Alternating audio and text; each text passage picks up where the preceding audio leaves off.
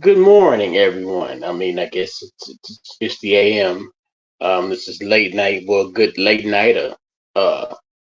Good morning to anyone who's within the sound of my voice who just happens to come past my way and check me out. I appreciate the handful of y'all who have seemingly, I guess, I don't want to be forward and say become regular to my broadcast, I don't know if it's my proverbial or figurative soapbox where I come on here and I just talk about random stuff. Um,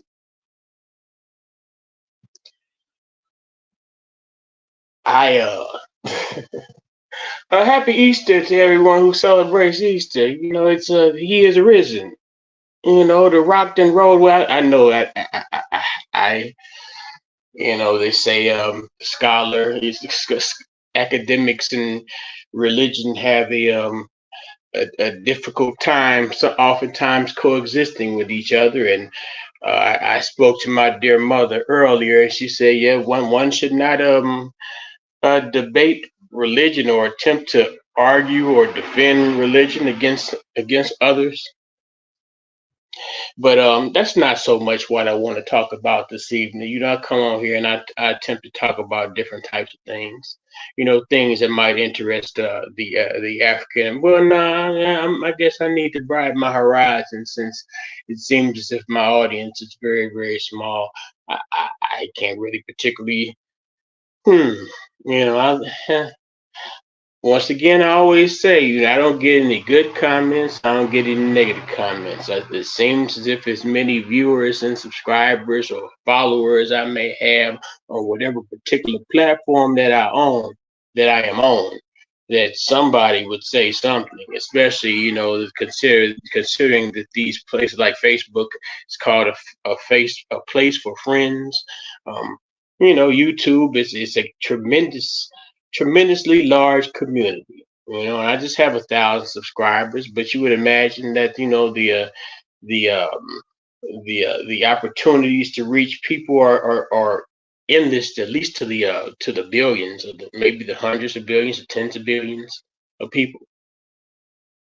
But yeah, I come on here to talk about stuff.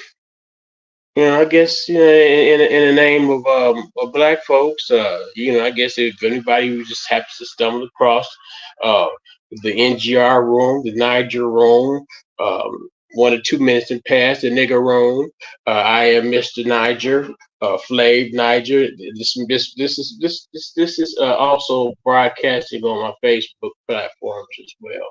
I have a Facebook platform called The Real Beauty of Black Relationships page, and those who know, they know my personal Facebook profile. I'm too small to be giving out my personal profile as of yet. But yeah, let me get to it, man. Excuse my banter. The story that I'm talking about is it's coming out of Georgia, and it says 1,000+ charges filed. Corrections employees fired in connection to alleged multi-state criminal enterprise. And it says this is continuing investigation with the Georgia Department of Corrections and the FBI's Safe Street Gang Task Force. Atlanta. A continuing investigation with the Georgia Department of Corrections, GDC, and the FBI's Safe Street Gang Task Force revealed an alleged multi-state criminal enterprise that sent contraband into the state's correctional facilities, according to officials. Governor Brian Kemp announced that search and arrest warrants were served at 2 locations in the metro Atlanta area on Thursday because of this investigation, according to a release. Georgia will not tolerate those who put our communities at risk by trafficking drugs, weapons, and contraband both in and out of our correctional facilities, Kemp said in a statement announcing the arrests. I want to thank Commissioner Oliver, the hard-working men of the GDC, and all law enforcement who worked to shut these operations down and keep both Georgians and our correctional facilities safe. The investigation, dubbed Operation Skyhawk, revealed that drones were allegedly used to get contraband into GDC facilities. The discovery led to the arrest of 150 suspects, including 8 Georgia Department of Correctional employees who were immediately fired, according to a release. Those arrested now face a combined total of more than 1,000 criminal charges. Those arrests now face a combined total of 1,000 criminal charges. Can you imagine? Now, I want to read this sort of get so you can get all of it. I'm gonna give you all of it. Let me finish. Those arrested now face a combined total of more than 1,000 criminal charges stemming from contraband entering facilities, drug trafficking, and weapons possessions by felons. Many of those arrested, with also facing racketeer influenced and corrupt organizations act RICO charges and participation in criminal gang activity. I don't know. Maybe I don't know what. I'm just taking a set aside for a minute.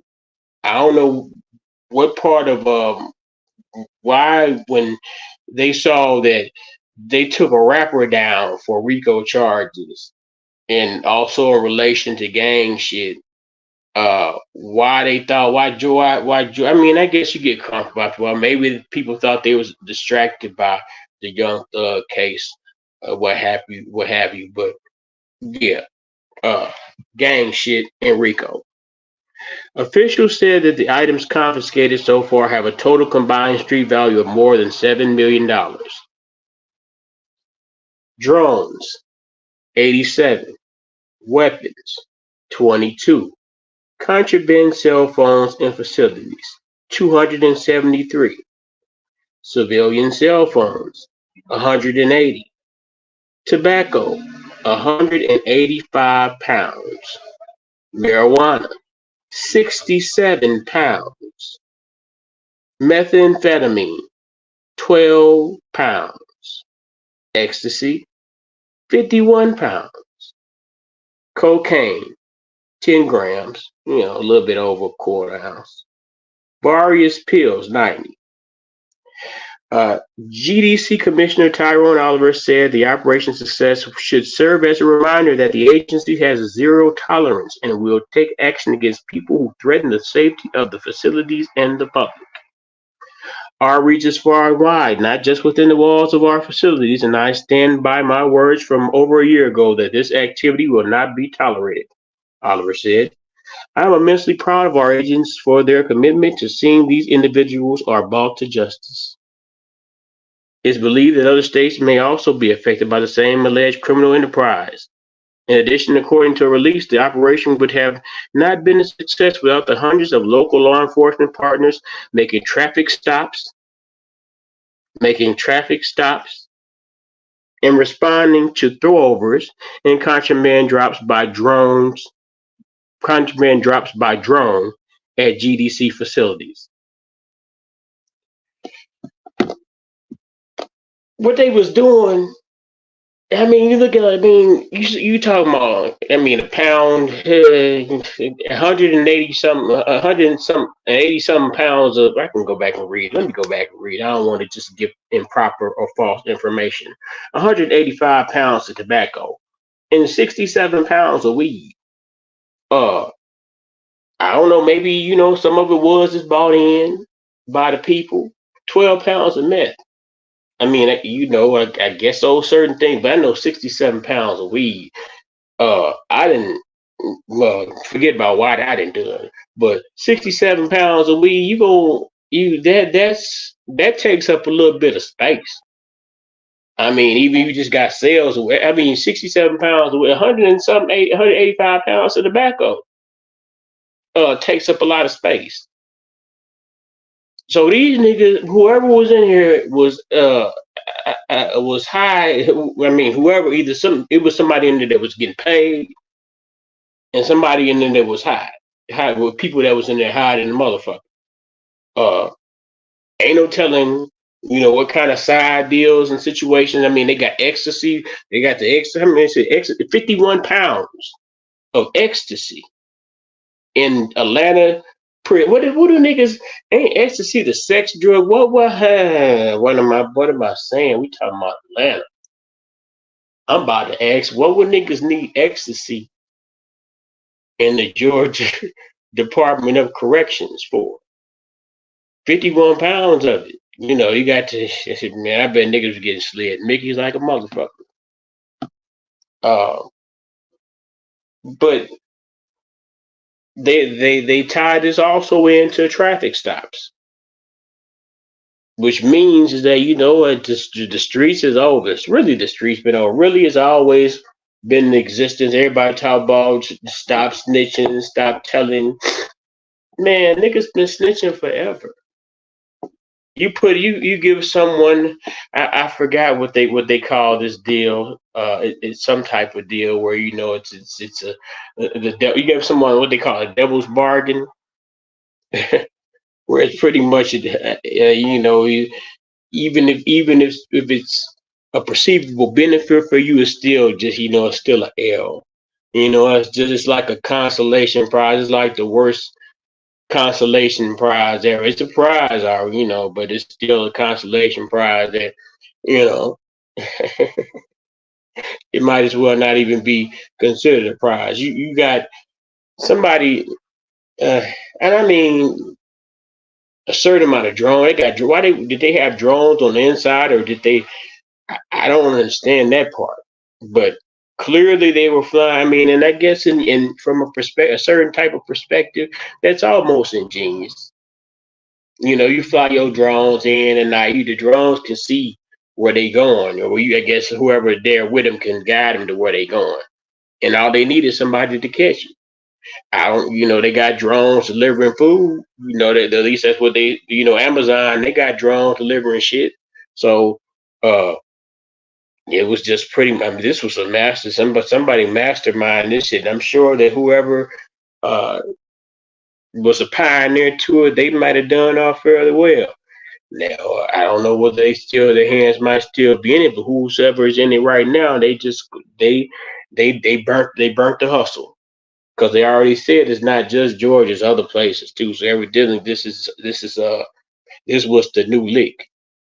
So the new lick, 185 pounds, and some niggas probably fainting like a motherfucker for a square up in the jailhouse.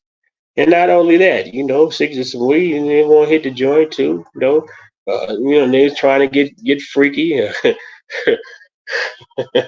they like to cuddle up in the jailhouse.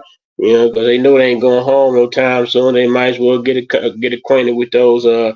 You know, I guess I'm not interested in knowing, but I guess you could reasonably argue that, considering there are large amount of black people in the city, there's a large amount of black homosexuals. I guess they have the cream of the crop black homosexuals in there, because it's not like uh, just because you might have a particular sexual orientation, that doesn't exempt you from committing a crime.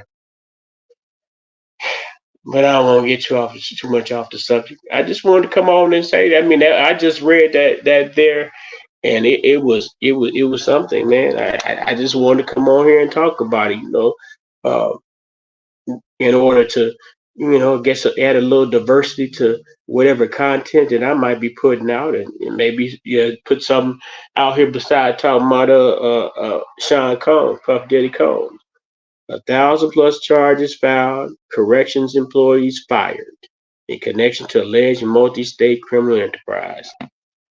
So those who probably were fired, either they were in on it, or they were just too damn, they were too close to the shit not to know about it. They could have said, "Oh no," but we know you know. We knew you knew. You had to look the other way. It was probably better off for you to look the other way, because it probably been difficult for you to work there. So I guess I guess somebody could play that role. Just being a victim of circumstance. The feds in on it though. The feds in on it, and it's a gang injunction. So peace and love, y'all. I appreciate y'all for coming through and messing with with Mr. Niger, Mr. Flay, Doc Flay, Mr. Naked or something. I'll holler at y'all next go round. Peace and love. Happy